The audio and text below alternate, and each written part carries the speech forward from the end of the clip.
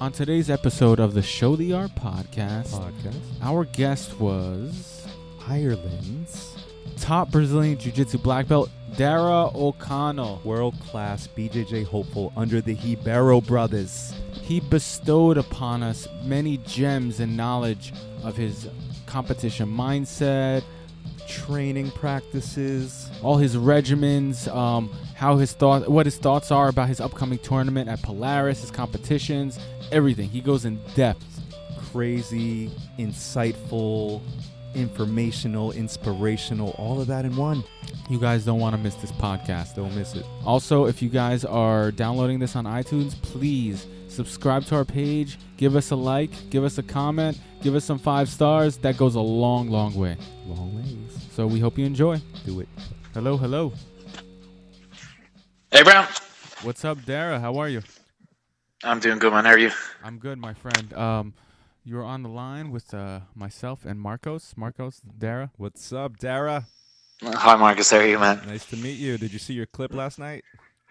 Yeah, man. It's so crazy because we're different time zones. So I woke up and I turned on my phone or whatever, and I turned on Instagram and I had straight away, the little orange thing pops up. Yeah. I had 100. It's 100 more followers, a bunch of fucking people liking so much different shit. I was like, this is fucking crazy. I didn't even. It took me so long to even find what had what you know what I mean? What had happened in the notifications. I was trying to find. I was like, what the fuck even happened here? And then I saw the little clip and. It was fucking sick, guys. Thank you for sharing that. That's awesome. Yeah, man. I know it was a nice morning present. Wake up to some Yeah, good shit. It was crazy. Dude, that was beautiful passing, man. Oh, thank you. Excellent, excellent. I watched a few of your matches. Really slick jiu-jitsu. Love it. Absolutely. Thanks, guys. Polaris. You excited? Oh, man, I absolutely cannot wait. And you're fighting John Satava, correct? Yes. Yep. How do you feel about fighting John, and how do you feel you match up with him? Because he's, in case people don't know, John Satava is a black belt under the legend Marcelo Garcia. Mm-hmm. How do you feel you match up with him? He looks a little bigger than you. Is this a little? Or are you guys very similar in size? I think, yeah, I've seen him in person a couple times, and he's a little bit maybe shorter than I am, but he's pretty stocky. He's quite, he seems like a bit built, but yeah. I don't know, man. People always tell me that different people, I fought the Pan Ams just there a couple weeks ago, and everybody was like, oh, your opponent was way bigger than you, they looked way bigger, but I never feel like people are that much bigger than me or something. Maybe I just have bad perception of people's size or something, but I don't know. Even if he is bigger than me, it's not by anything that's going to make a difference, right? It's like a couple kilos or pounds or whatever, It's maybe he is a little bit bigger, but I don't know. I just think it's awesome match. to get. Yeah, exactly. Yeah, and it's awesome for me to get to fight him because, man, my jiu-jitsu hero, for my whole life basically, has been Marcelo Garcia. Awesome. I'm a middleweight. He's the fucking best middleweight of all time. So, I always looked at Marcelo. I study his game so much, and John is obviously Marcelo's best student, and he's the one that imitates Marcelo's game the most, right? Out of all the guys. So yeah, he's the one who kind of gravitated towards most of his game and doesn't really venture outside that box, which is a very powerful game to play if you can pull it off. He even has that Marcelo fro. Yeah. So no, it's really cool, man. I'm really excited about it. In terms of the style, matchups, I know that game so well, man. I've watched Marcelo my whole life. I play the X guard a lot myself. I think what's most interesting about it is we both play a lot of actually similar positions. I use the X guard, so to see we both like the Marcelo submissions, guillotines, and chokes from the back and stuff like this. So and butterfly guard. Correct me if I'm wrong, but I was watching a couple of your matches last night, and I see you're really heavy into the butterfly guard. And ironically, I didn't do much research on you before I watch the matches because I like to get the idea before I don't want to be swayed by seeing your background. And then I'm like, man, he reminds me a lot of Xande Ribeiro. And then nice. And then I go in and same haircut. Yeah. And then I go in and find out that you're you've been training with them and all that stuff. Yep. Which brings me to who impregnated Ireland with jiu-jitsu? Like, who brought that there? Kavanagh? So, you know what? John Kavanagh. Kavanagh? Yeah, did you just say John Kavanagh? Yeah, Yeah. Kavanagh, sorry. Yeah, exactly. Yeah, so John, who's obviously Conor McGregor's coach, that's how like most people would know who he is. He was the first, basically everything. So first, like I think like blue belt, purple belt, brown belt, first black belt, first person to do an MMA fight, like first everything. He was basically the pioneer. He used to do kickboxing, I believe, and then same story as everybody. I saw the UFC, blah blah blah, like jiu-jitsu. He started training with a small group of people, like maybe 3 or 4 guys, and then that over time turned into I guess like a bunch of years later with the scene today. But my original, like, so my first coach, who I got my blue and my purple belt with him, he was one of those original people who trained with John. So like John was was the first guy to start it. His little training group, my original teacher, his name was David Jones. He was training with John, like he was one of the original guys training. So Nice. John was basically the start of everything. He's the godfather. He's the seed. Nice. Exactly, yeah. That's awesome. That's amazing. So you have some DNA, some SBG DNA. Yeah, I mean, like my gym would have originally been like the gym I started at would have originally been like a SBG like affiliate, and then my teacher split from SBG, and then my teacher gave me the academy, and then I changed team again. But I guess like everybody in Ireland is at some level SBG. Yeah. Right. How did you connect with Ribeiro Jiu-Jitsu? So when I got my academy off of my old teacher. He was hurt and he just didn't want to keep training or whatever. And and you took it over? There was basically maybe 15 or 20 people, like a training group. And he was like, look, I'm not going to do it anymore. If nobody else is going to take it over, it's just going to be gone. So I had no car. I couldn't train I couldn't get to anywhere else to train like at the time. So I had no choice really. I was just like, well, if I want to keep training, if no one else is going to take it over, I have to do it. So it was kind of, I wouldn't say forced upon me, but the situation meant I kind of had to do it. Unless you didn't want to train. Yeah, which, I mean, come on, that's hardly an option, is it? Yeah. So I got the academy, and I didn't want to be the team that he was affiliated with was more of an MMA team, was like like MMA style like training. Sure. And I just liked doing jiu-jitsu, so I looked up. This was 2009 going into 2010, and Hodger obviously Xande had just beaten Hodger 2008. And when I looked online, I was like, this was kind of, I think Facebook had just started, but it was mainly like forums, like Sherdog and like the Underground and stuff like that. So I was like looking on there, and at the time, because Xande had just won, where's the best place to train? Oh, go to Saulo and Xande in San Diego. That's the best like place for jiu-jitsu. So I just followed that online advice, went there in summer of 2009, 2010, and I thought it was absolutely unbelievable. So I just stayed. What a great place to land yourself in. Man, the first day that I walked in the door, there was Saulo, Xande, Kron, Gracie, Damian Maia, Junior. Lovato was there, Justin Rader. It was just ridiculous. It was absolutely insane. And you were a purple belt at the time, right? Yeah, so exactly. A lone Irish purple belt comes into town, bright San Diego, and just run into all these monsters. Gets a little tan while you're there.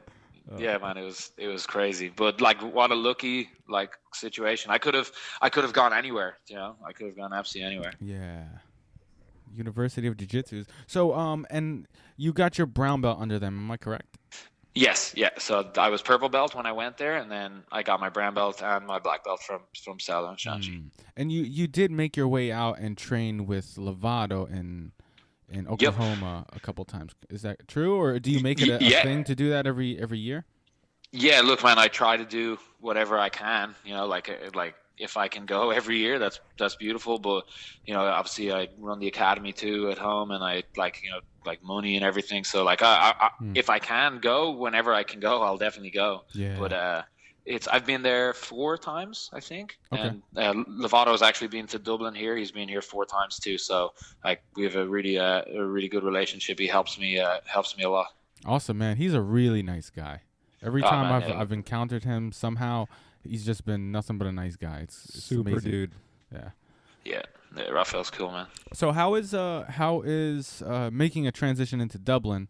How is jiu-jitsu in Dublin? You've been to San Diego. I'm Yep. sure you've been to many other places besides America for jiu-jitsu. How does Ireland as a whole just kind of match up against the rest of the world as far as jiu-jitsu competitors, and also how do they think? How do people in Dublin train differently, or do they train the same as others, around the world? That's a really good question, man. I've done a lot of interviews. Okay, I can hear you guys fine. Can you hear me? Yeah, we can hear you fine now. So we missed that whole answer. Okay, sorry. About like yeah. All I was gonna say was that's a good question. I like the question. That's a cool question. So I think Irish people. I've been everywhere. I've been to Brazil. I've been to like both sides of America, all around Europe. I've been to Australia, everywhere training jiu-jitsu. And the only difference is just time. It's so young here. Like the sport is so small. Like that. The only difference is the time. We're just behind everyone else by time. The guys have everyone has really good training. Like the training methods are as up to date as anywhere I've been. Like anywhere I've been, people do the same things here. We do drills. We do, lots of rounds. We do, specific training, everything, Sure. Like all the stuff people do, shark tanks, everything, any drill you can think of. People here are doing the same things. We just don't have, like as adult competitors, there's me, and then there's one other black belt. His name is Chris Bow. So there's like 25 black belts total, and we only have 2 that are adult division age, like, and that's the whole country, So Wow. is it hard for you to train, at a high black belt level with with lower ranks all the time, with people that that are your students essentially? Is it hard for you? How do you make up for the lack of high level training partners as you did when you were training in San Diego? Like what do you do specifically that allows you to get the spot at Polaris, for the second time and win at other competitions? Well, I mean, it's always been this way. Like, like since, like 7 or 8 years ago when I got the school, like it's always been this way. So I don't really know any different, it's like the training I have is just the training I have. And like, man, I get to go to America for a couple weeks to a couple months sometimes, like to train. And I just try to take as much information as I can back from there. And I just try to train with my guys. I mean, the one benefit of like training with lower belts or being the teacher is that I get to decide what happens in the class, Yeah. So I get to pick, like I get to pick what moves we're doing. I get to show them, what maybe I'm working on, like it's totally in my control. So if one day I want to be like, hey, I'm not going to show you guys anything, all 5 of you guys are going to circle in on me. You're going to try to pass my guard for 20 minutes straight. I can make everybody do whatever I want to do, like true. And I mean, it's not that I don't mean that in a bad way. Like that's good training for everybody else too, to see like a competitor working hard and, like training hard. That's like, it's good for them too. So like the downside is the sharpness, like, it's hard to be as sharp for points competition, Sure. like cause points competition. Like I fought at the Pans just there. I fought Iago de Souza, this guy from Cicero Costa, and man, he's a savage. He beat me pretty convincing, but he wasn't doing anything magic, he didn't do anything that I didn't know. He was just so fast, like really, really sharp with his positions. Yeah. So and you don't get that. He's training. Yeah, exactly. He's training with Leandro Lowe. Mm-hmm. I'm training with my purple belt that I taught every single move that he knows. Yeah, I always kind of think about that. Like, why can some people like train with others? And we train at a small school. We run our own school, but occasionally we go into the city and train at some other schools like Team Fabio Clemente and nice. Just some other schools in the city where they do have these higher level guys. And the one thing I realized when I go there, it definitely works on my sharpness. Whereas when we train at home, we don't have the high level guys that are really quick, really fast with their transitions. That's where the difference is. And I'm glad that you said that, because it makes me realize like I'm thinking the right way. Like it's the sharpness of competition that you need to. That's what will get better with a training camp, with a good training camp, with high level people. It's not learning anything new. It's getting faster and seeing things quicker. Exactly. And I think too, like one of the benefits too, like you guys are saying, if you guys are training with, like your own students or whatever, is the benefit of that is you get a lot of time practicing your moves. Like you get to do your moves. If you're just battling, if every single round is just a war and it's just 100% like your A moves 100% of the time, you might never open up your game and try anything different, or you might not ever, like when you train with lower belts, I can practice all ranges of different positions. I can if I want to work side control, I can get side control on every single person. Whereas if I'm training with Leandro Lo, I'm probably never going to see side control in a million years. Absolutely. You understand what I mean? Yeah. Now, if I train with Leandro Lo, my guard passing and my base is going to be sick because I'm trying to pass the best damn guard there is. Yeah. But you need both. You need people that are going to kill you, and you need people that you can kill. You know, like it's so it makes sense for you for anybody to have an equation that can get you by, that can allow you to win at a high level. Is you could train with your students and maybe go to another school and train with high level guys once a week to keep the sharpness, to keep the edge. Exactly. Yeah. And you're going to soak up, man. You're going to soak up the lessons so well, because say, for example, if you started training jiu-jitsu and you go to Marcelo Garcia's school, undoubtedly one of the best schools in the whole world for training jiu-jitsu. Yeah. If you go there, man, it's not your fault, but you might not even appreciate what you're being told, because every single day that's just where you train, Whereas for me, if I get to go to Marcelo Garcia, or I get to go to San Diego, you better believe I'm listening to every second thing that's being said, because I'm only going to hear this once and then I'm going to be back at home. So you appreciate the level of information. Whereas if you have Marcelo teaching you every single day, and sorry, I shouldn't say Marcelo, because it makes it sound like I'm trying to talk about the match. I'm not talking about that at all. Or anybody. It could be Mendes brothers. It could be anybody. Yeah. If you have the Mendes brothers every day, you take for granted that you have the Mendes brothers every single day. Maybe. I'm just saying maybe. But you can just get comfortable. Too comfortable. Exactly. But if Rafa Mendes tells me one thing, you better believe I'm writing that down and drilling it for a million hours. Like I'm gonna pay attention. So there's definitely benefits to both. You can make the most out of whatever your situation is. I really believe that. Yeah. So can we get into your training methods now? I don't know if you divulge any of this information. Like, how do you drill? Like for people that are listening that are just coming up, and they're really trying to get into competition, but they're like us. They train at a small school. Their instructor, he's a great instructor, but he might not compete a lot, so he doesn't have the full competition answer. How would somebody drill for competition? Like, what's a good equation for someone? Should we drill for time, and what kind of time? Should we drill for rounds? Should we drill for speed? Should we drill for reps? I think it's all good, man. I think anything is good, really. Like, the more I don't like to get too stuck on just one thing. Like, I always just do speed drills. I always just do flow drills.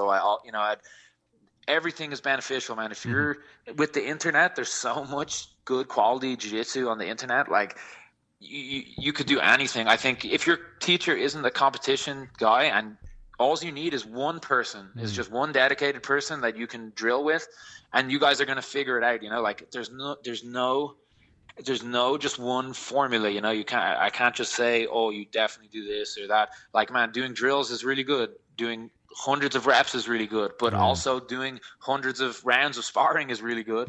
Also, like, everything, it's all beneficial, I think, and you're going to find the balance. And I think what's more important, especially one thing that I see a lot, like with people who are like trying to compete a lot, is that you don't get burnt out, that you still enjoy what you're doing, So if you find yourself being like, fuck, I have to go and do, sorry, I curse a lot, man, I'm Irish. So it's just, nah, man, let it go, let it rip. Okay, sorry, I didn't know if maybe like I'm not supposed to be saying swear words. I just thought of that right there. No, you could say whatever the fuck you want. Okay, sweet. So, man, if you find yourself being like, shit, I have to go and do 100 reps of this move and I just don't want to do it, then you're doing it wrong. Like you should be excited to be doing whatever it is that you're doing. So maybe today you don't want to do 100 reps, but you want to mix it up and try like a different position and just mess around and see what you can come up with. Maybe the next day you want to just do position training. Maybe the next, like there's no formula. There's no like championship formula when it comes to that.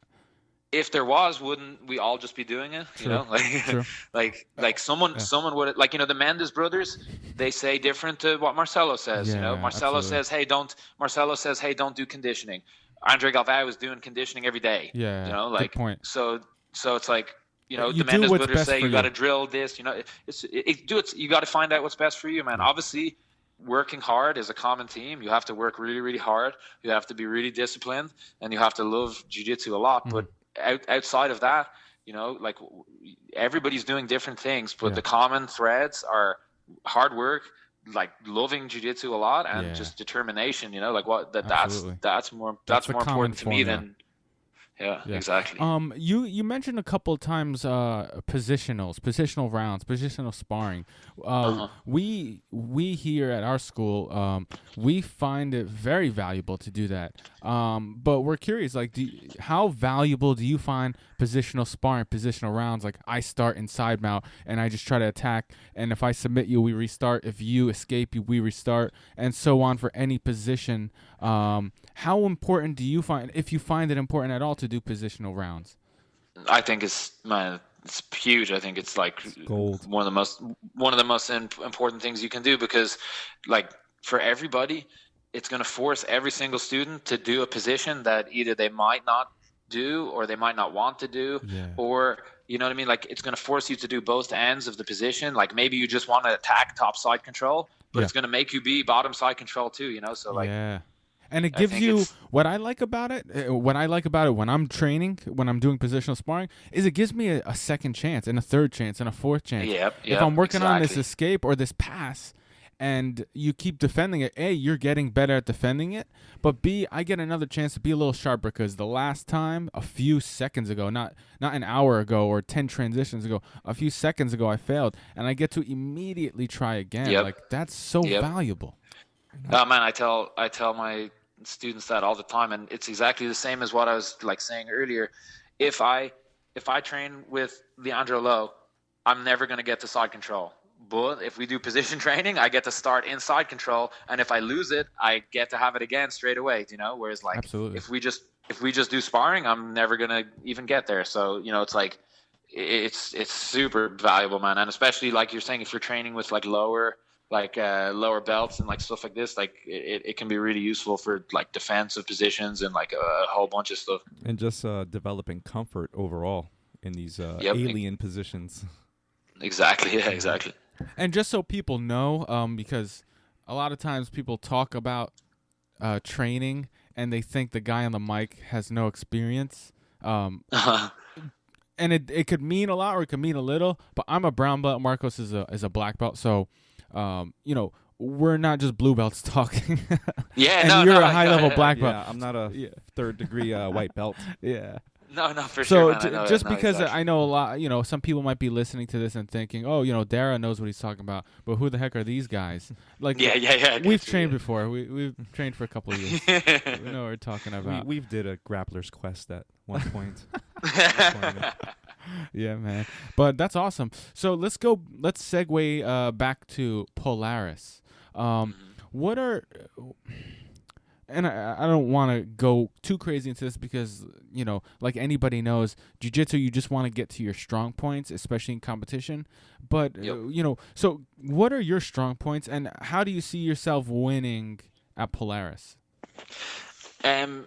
Especially because this is no points. It's submission-only match. It's different to how I'd approach a points fight. Mm-hmm. But my strength, I believe, is definitely the submission only, because I won. Like my game is like a slower game. I like to wear the guy down. It takes me I like to make the guy tired before. I'm not too much of a submission catcher, you know, like I'm not like Yeah. Gary Tonin. I'm not going to tap you in 10 seconds, you know, Yeah. but if you give me a long time, I'm going to wear you down, like grind, try wear the guy down. Yeah. And then when you're super tired from trying to get me off you, then I like to work for submission. So I feel like the submission only, like definitely is like more my style. And two, what I like to is I don't have to, in points, if you make one mistake, it's going to cost you the whole thing. Yeah. But with the submission only, you can make mistakes, man. And like, you know, for sure I compete at a high level, but I definitely make a ton of mistakes. So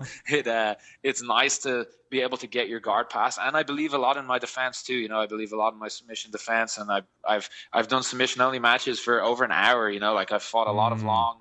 So I feel very comfortable to defend myself. And I know if I have enough time, I'm going to be able to make you tired, and I'm going to be able to try to go for the finish then. So awesome. I just, my strategy is to try, obviously, finish, but I'm just saying for the fans or whatever, like I'm the kind of guy who's going to finish in like 12 or 13 minutes. I'm not, you know, necessarily the kind of guy who's going to catch something really quick. I do have some submissions I can catch for sure. I'm just saying you're a slow cooker. You have very classic jiu-jitsu style, very like old school, like let me slow cook the guy and then I'll figure out the mistakes and go from there. It looks like you have that old and new style merged into one. Nice, thank you. That's a nice compliment. I definitely, I mean, man, my jiu-jitsu comes from Saulo and Xande. They're old school, pressure, you know, slow, like that's just their style. But obviously too, I'm a newer generation competitor, so I do like some newer positions as well. Yeah. So I think I definitely it's just the longer time, like I like that a lot. I really like the longer time. I like to fight for longer times than just, you know, for points. Gives you time to work. Exactly, yeah. And it goes along to what you were saying. You know, a lot of times if you get past and you're comfortable, and you don't worry too much about losing points and the whole match riding on that one time you got your guard passed, you're more comfortable to escape. And when we're more comfortable to escape, we're very comfortable at escaping into a submission. And people don't realize that. You'll see a lot of times in sub-only matches, doesn't mean no-gi, but sub-only in general, people are escaping mounts right into leg locks or escaping Gary Tonin. Yeah, or escaping any position right into a submission. You know, you escape a side control right to the back or to an armbar or to a reverse triangle where, you know, when you're comfortable because you're not worried that you're losing, you can escape and search for the main goal, which is the submission, a little bit easier without panic, you know. And that's the beauty about sub only. And you know, we're excited to see you compete. Is this gi or no gi? I forgot to check. It's gi. It's going to be in the gi. Okay. And so what game is like your favorite game? You like Butterfly? I seen you play Butterfly and X. Is X your favorite? Yeah, like X guard is definitely.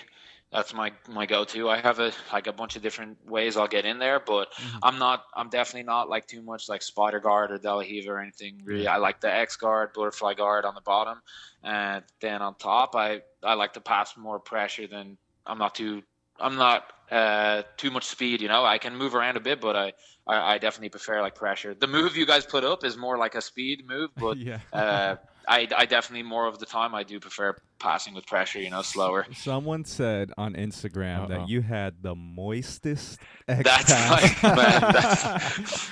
That guy is Danny my friend, boy. Man. Shout out to Danny boy on Instagram.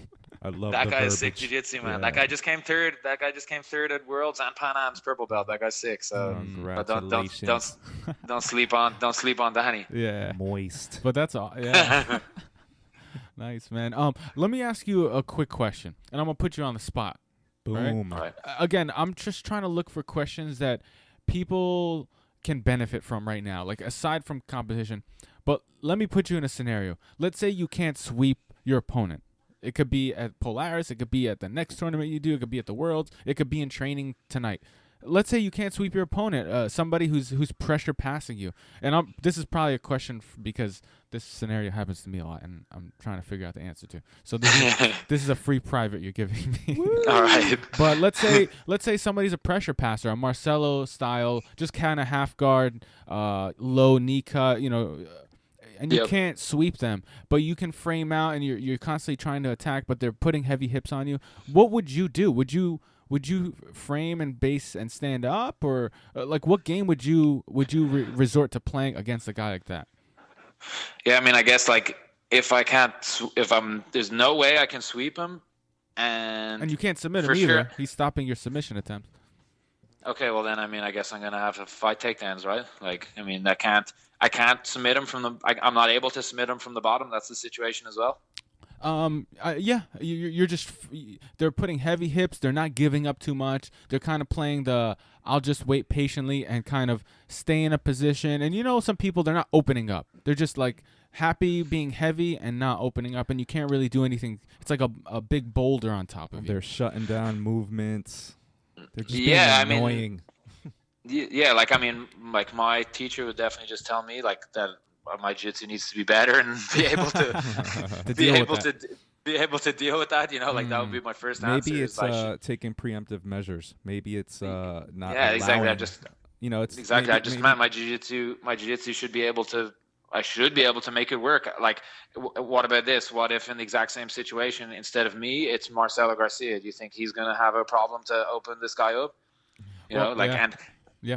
So, like, maybe the jiu-jitsu needs to be better. But if you're saying to me, and I'm just in that situation there, I like to do takedowns. So I would stand up, try to take the guy down. But what if I can't take him down? Then we just have a guy who's just all around better than you are, I think. So, or a guy that's not giving up. Those people that or like I'm not being offensive, but Orlando Sanchez like style. Yeah, at the ADCC he just he won, but no knock to him. He was just playing very. He's good at not having things done to him. Yes, he was playing to not have things done to him. That's a good point. Excellent. Yeah, and look, I'm sorry, man. That the guy's sick. He's ADCC champion. Like, what the hell can I say about anybody? But I understand what you mean. It's like, yeah, like that kind of a situation. Or Rustam Chiev, that guy. He's very good at not having stuff done to him as well. He's really good at blocking everything and frustrating the opponent. Mm-hmm. So I think the key obviously is not to get frustrated, because that's like the opening they're looking for. But man, your jiu-jitsu, like, or whatever it is, your jiu-jitsu just has to be good enough to make him open up. Sure. Like if he's better at shutting you down than you are at making him open up, then the only thing you can work on is yourself, trying to just improve your jiu-jitsu a bit. I know that's kind of a shitty answer, maybe. No, that's a good answer, man. It's conceptual. That's perfect. Do you have any moves that are like surprise attacks? Like, sometimes we have these athletic moves that we won't normally go for. They're high risk.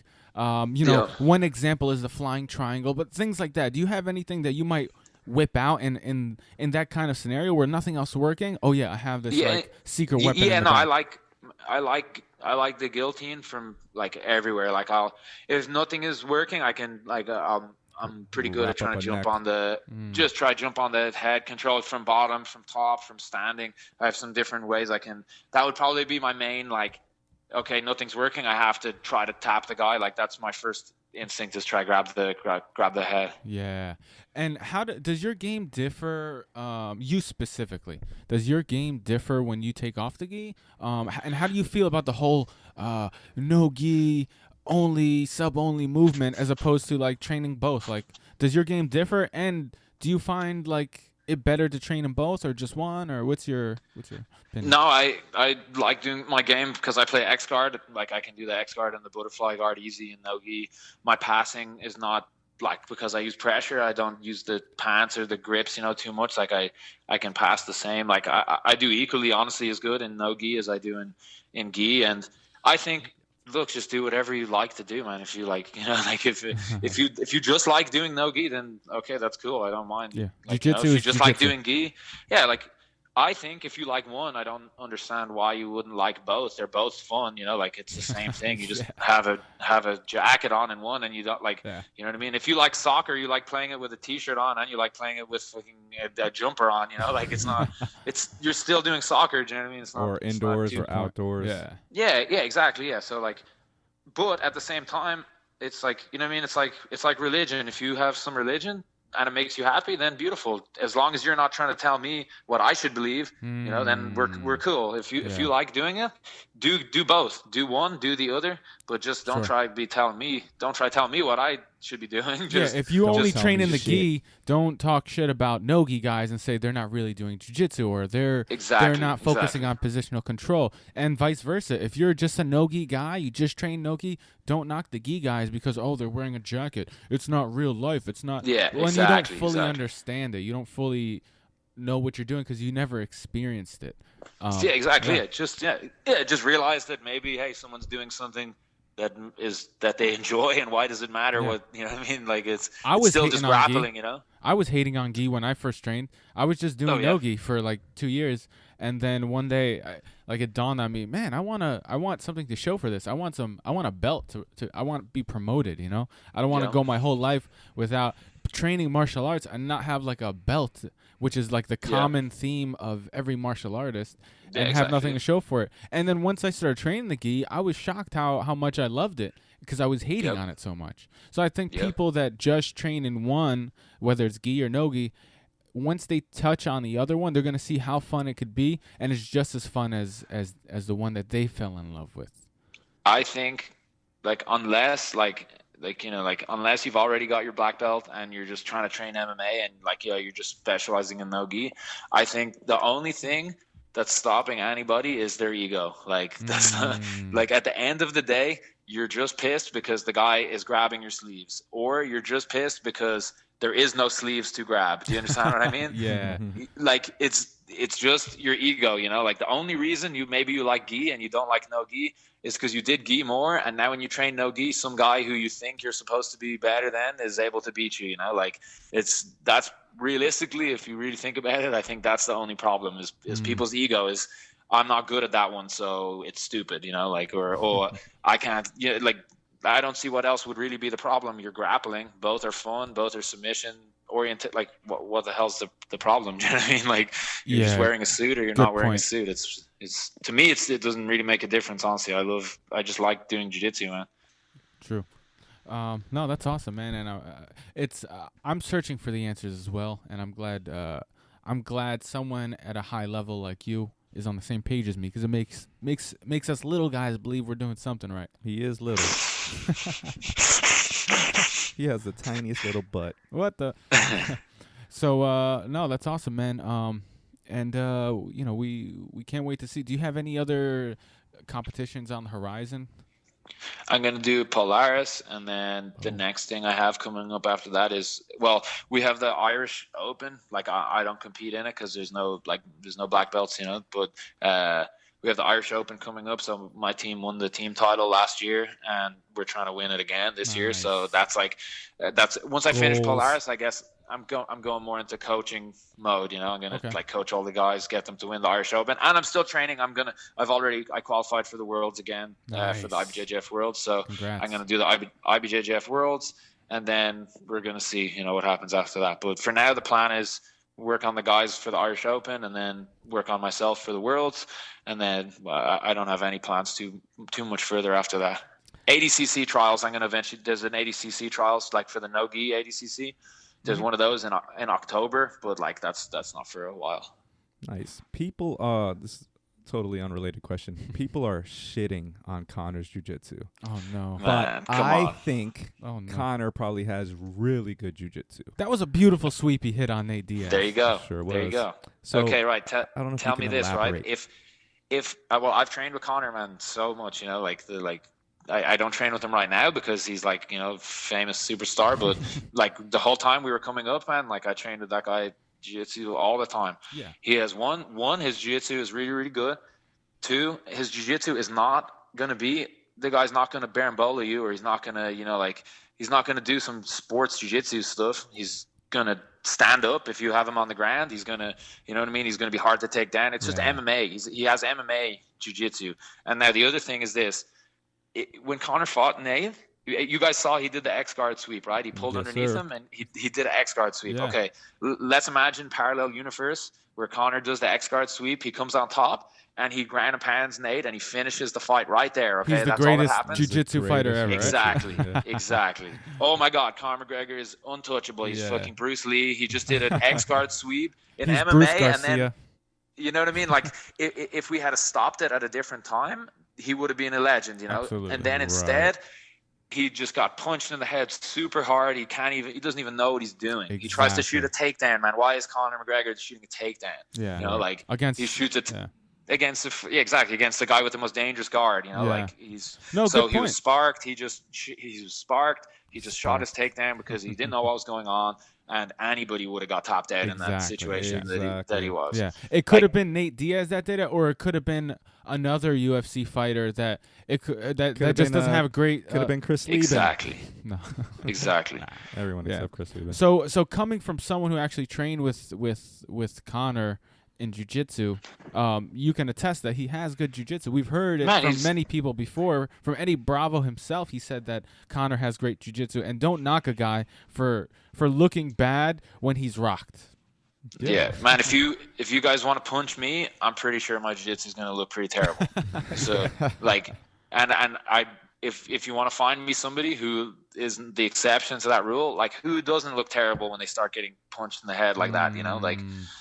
It's a totally different game. And look, is Conor booking Damian Maia? No, you know, like no, he's not. He's not that level of jiu-jitsu. It's different. But is his jiu-jitsu good enough that he's a fighter in the UFC and he's able to defend himself? Then you know, like everybody has their specialties, you know, like you know. So his jiu-jitsu is fucking good, man, for sure. His jiu-jitsu is solid. Did jiu-jitsu get a spark? Did it get a boost? You know, 2 years ago when Conor McGregor from Ireland came on the scene and started pushing, you know, Ireland. He was pushing Ireland as much as he was pushing himself for martial arts.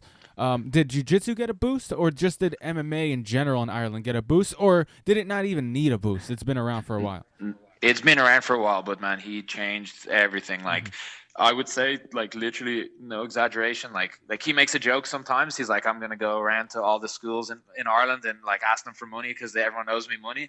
But he's definitely right. Like the amount of people, man, because martial arts is not in the media here. You know, it's not a thing. You know, like we have boxing. We're pretty good at boxing, like amateur boxing, but that's just like for the Olympics, you know. That's if you're like a little kid and you're going to train boxing your whole life, you know. You can't go to a boxing club and just learn boxing, you know. Like that's so like martial arts, like, man, people don't know about it, you know. We don't have judo, we don't have wrestling, we don't have any like combat sports, you know. We have boxing, but most traditional boxing people shit on MMA, you know. They think MMA is dumb, you know, because or for whatever reasons. But since Conor, man, like martial arts is in the media, kids think he's awesome, teenagers think he's awesome, the adults love him or hate him. They're seeing that fighting and martial arts and combat sports is actually something that you can do, you know, like as a sport. Like in Ireland, the main sports we have two Irish sports called Gaelic football and hurling. They're like really popular. And then we have soccer and rugby. But like if you don't play bare knuckle boxing. Yeah, we've seen some of those documentaries. With those bare knuckle boxer guys, and like that does happen, but that's not. I wouldn't say that's like in a stadium with like a bunch of people. That's in a backyard somewhere.